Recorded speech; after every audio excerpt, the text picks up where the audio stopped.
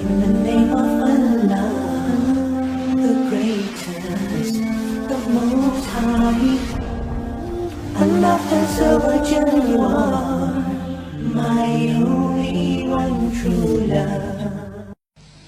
যাই হোক, তবলিগি জামাত 6 দফার সাথে ইসলামের রোকন সমূহের কত রুকুন না, তারা তো এটা বলে না যে এটা ইসলামের রোকন, এটা তো দাবি করে না। তারা কয় তবলিগ জামাতের রোকন। এটার মধ্যে দুইটা তালগোল পাকিয়ে ফেলা ঠিক না। আপনি তবলিগ পছন্দ করেন, এটা আলাদা ব্যাপার, করেন কি না করেন, কিন্তু খামাখাই এটার মধ্যে প্যাঁচ লাগিয়ে দেওয়া ঠিক না। ইসলামের রোকনে তারা বলে নাই যে ইসলামের রোকন, তারা বলে এটা তবলিগের রোকন। কিসের রোকন? তবলিগের 5টা উসুল তারা নিজেরা তৈরি করছে। এটা তারা এই কথা কয় না আল্লাহ রসুল তৈরি করে দিয়েছেন, এই দাবি করাটা মোটেই ঠিক হবে না। তারা নিজেরা তৈরি করে যেমনি তারা বুঝছে সেভাবে তারা চালাচ্ছে। কুল্লু ইয়ামালু আলা শাকিলাতে। তবলিগ জামাতের মধ্যে অনেক ভালো দিকও আছে, আবার কিছু লোক কিছু এমনও কিছু তারা করেন যেগুলির দলিল বুজুর্গানরা, তারা কয় যে বুজুর্গরা কইছেন, বুজুর্গরা বলছেন। এই বুজুর্গের কথা রেফারেন্স নীতিগতভাবে ইসলামে গ্রহণযোগ্য না। বুজুর্গদের কথা বলতে হবে আল্লাহ বলছেন, কোরআন বলছেন, নবী বলছেন। এরপরে এই কথার সঙ্গে মিল করে যদি হয়ে থাকে কোনো কথা নেই। আমি বলেন মৌলানা জাফরি বলছে, কিন্তু In the name of Allah, the greatest, the most high. Allah has overjoyed you are my only one true love. কোন কালেমা? লা ইলাহা ইল্লাল্লাহু ইলিয়াস রাসূলুল্লাহ না মুহাম্মাদুর রাসূলুল্লাহ? 2 নম্বর উসুল কি? 3 বেলার নামাজ না 5 বেলার নামাজ? 3 নম্বর উসুল কি? ইলম ও জিকির, শরীয়তের ইলম শিখা আর আল্লাহর জিকির করা। 4 নম্বর উসুল কি? একরামুল মুসলিমিন, এক মুসলমান আরেক মুসলমানকে যথাযথ মর্যাদা দেওয়া। 6 নম্বর উসুল কি? 5 নম্বর সহি নিয়ত, ভালো কাজ ভালো নিয়তে করা। 6 নম্বর উসুল কি? দাওয়াত তাবলীগ, আল্লাহর দ্বীনের কাজে, আল্লাহর দ্বীনের দাওয়াতের কাজে, আল্লাহর দ্বীনের তাবলীগের জন্য সময় লাগানো। আমাকে যখন প্রশ্ন করলো এই 6 উসুলি তাবলীগ যদি কেউ মানে না, তাহলে তার ব্যাপারে আপনি আপনার কি মতামত পেশ করবেন? আমি বললাম 6 উসুল বলতে হবে না, শুধু 1 নম্বর উসুলটাই ধরো। শুধু 1 নম্বর উসুলটা কি? কালেমা লা ইলাহা ইল্লাল্লাহু মুহাম্মাদুর রাসূলুল্লাহ। মাত্র 6টার একটা।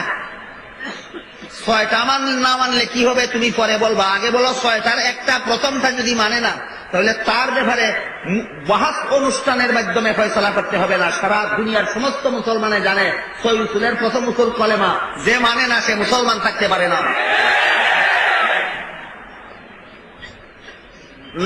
নামাজ ফরজ না মানলে মুসলমান থাকতে পারে।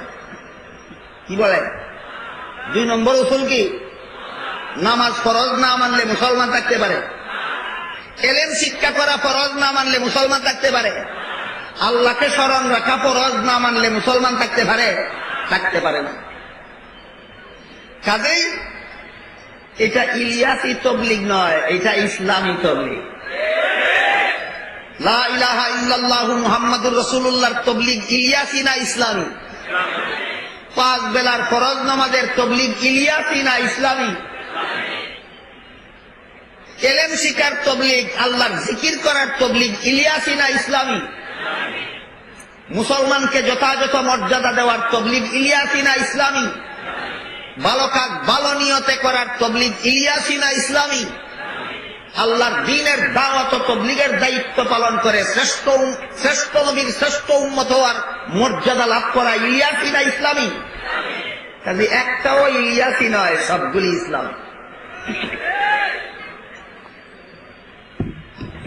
তাহলে তিনি চালু করলেন কিভাবে? তিনি কালেমা চালু করেননি, তিনি সর্বস্তরের মুসলমানের কালেমা সংশোধনের ব্যবস্থা চালু করেছেন। তিনি নামাজ প্রবর্তন করেননি, তিনি সকল মুসলমানকে নামাজি বানাবার ব্যবস্থা প্রবর্তন করেছেন। কাজ নূতন না পদ্ধতি নূতন? পদ্ধতি। এই পার্থক্যটা বোঝার দরকার, না হলে যারা তবলিগের নিন্দাবাদ করে, তারা যে সমস্ত গুজব রটায় তবলিগের বিরুদ্ধে, ওই গুজব যে অবান্তর অসারটা বুঝতে পারবেন না। ইলিয়াস রহমতুল্লাহি আলাইহি এই 6 উসুলের মাধ্যমে একটা নূতন কাজও প্রবর্তন করেননি, সবগুলি মুহাম্মদুর রাসূলুল্লাহর প্রবর্তিত। কলেমা মুহাম্মদুর রাসূলুল্লাহ প্রবর্তন করেছেন, ইলিয়াস নয়। 5 বেলার নামাজ মুহাম্মদুর রাসূলুল্লাহ প্রবর্তন করেছেন, ইলিয়াস নয়। এরপর এলেম শিক্ষা করার নিয়ম মুহাম্মদুর রাসূলুল্লাহ প্রবর্তন করেছেন, ইলিয়াস নয়। আল্লাহর জিকির করার কথা মুহাম্মদুর রাসূলুল্লাহর প্রবর্তিত, ইলিয়াস নয়। মুসলমানকে মর্যাদা দেওয়ার কথা মুহাম্মদুর রাসূলুল্লাহ বলেছেন, ইলিয়াস নয়। সহি ভালো কাজ সহি নিয়তে করার কথা মুহাম্মদুর রাসূলুল্লাহ বলেছেন, ইলিয়াস নয়। আল্লাহর দ্বীনের কাজে সময় লাগানোর কথা মুহাম্মদুর রাসূলুল্লাহ বলেছেন, ইলিয়াস নয়। সুতরাং কাজগুলি নূতন না পুরাতন? তাইলে ইলিয়াস কি করলেন? সারা বিশ্বে দাওয়াত ও তাবলীগ একই নিয়মে একই শৃঙ্খলাবদ্ধভাবে চালু করার পদ্ধতি প্রবর্তন করেছেন। কাজ পদ্ধতি, কাজ নূতন না পদ্ধতি নূতন? এর একটা উদাহরণ দেখুন। মানুষকে আল্লাহর দ্বীনের কথা বুঝাইয়া দেওয়া, এটা দ্বীনের কাজ কিনা? মানুষকে আল্লাহর দ্বীনের কথা বুঝিয়ে দেওয়া দ্বীনের কাজ কিনা, ইসলামী কাজ কিনা? মুহাম্মদুর রাসূলুল্লাহ মানুষকে ওয়াজ নসিহত করেছেন না করেননি? সাহাবায়ে কেরাম মানুষকে ওয়াজ নসিহত করেছেন, তাবেঈন করেছেন, তাবে তাবিঈন করেছেন, মুজতাহিদ ইমামগণ করেছেন, 4 মাযহাবের 4 ইমাম করেছেন, 4 তরিকার 4 বুজুর্গ করেছেন। এই 1400 বছরের ইতিহাসে ইসলামের সর্বযুগের মনীষীরাই মানুষকে ওয়াজ করার দায়িত্ব পালন করেছেন। কিন্তু মুহাম্মদুর রাসূলুল্লাহর যুগে মাইক ছিল না। মাইক ছিল? খুলাফায়ে রাশিদিনের যুগে মাইক ছিল না, সাহাবায়ে কেরামের যুগে মাইক ছিল না, 4 মাযহাবের 4 ইমামের যুগে মাইক ছিল না। ওয়াজ করা দ্বীনের কাজ। ওয়াজের জন্যই এই বিশাল মহাসম্মেলনের আয়োজন। ওয়াজ শোনার জন্যই আপনারা এসেছেন, ওয়াজ করার জন্যই আলেমগণ তশরিফ এনেছেন। ওয়াজই এখানের মূল কাজ। সামিয়ানা কিসের জন্য? এটা সহজ করার পদ্ধতি। এই বাতি কিসের জন্য? ওয়াজের সুবিধার জন্য। মাইক্রোফোন কিসের জন্য? ওয়াজের সুবিধার জন্য। স্টেজ সাজানো হলো কিসের জন্য? ওয়াজের সুবিধার জন্য। বলুন, এইগুলি ওয়াজ না ওয়াজের পদ্ধতি? ওয়াজের পদ্ধতি। ওয়াজ হইল আল্লাহ এবং আল্লাহর রাসূলের কথা বুঝাইয়া দেওয়া, সেটা হইল ওয়াজ। সামিয়ানা ওয়াজ নয়, এটা একটা নতুন পদ্ধতি। লাইটিং ওয়াজ নয়, এটা একটা নতুন পদ্ধতি। মাইকিং ওয়াজ নয়, এটা একটা নতুন পদ্ধতি। স্টেজ সাজানো ওয়াজ নয়, এটা একটা নতুন পদ্ধতি। কাজ পুরাতন, পদ্ধতি নতুন।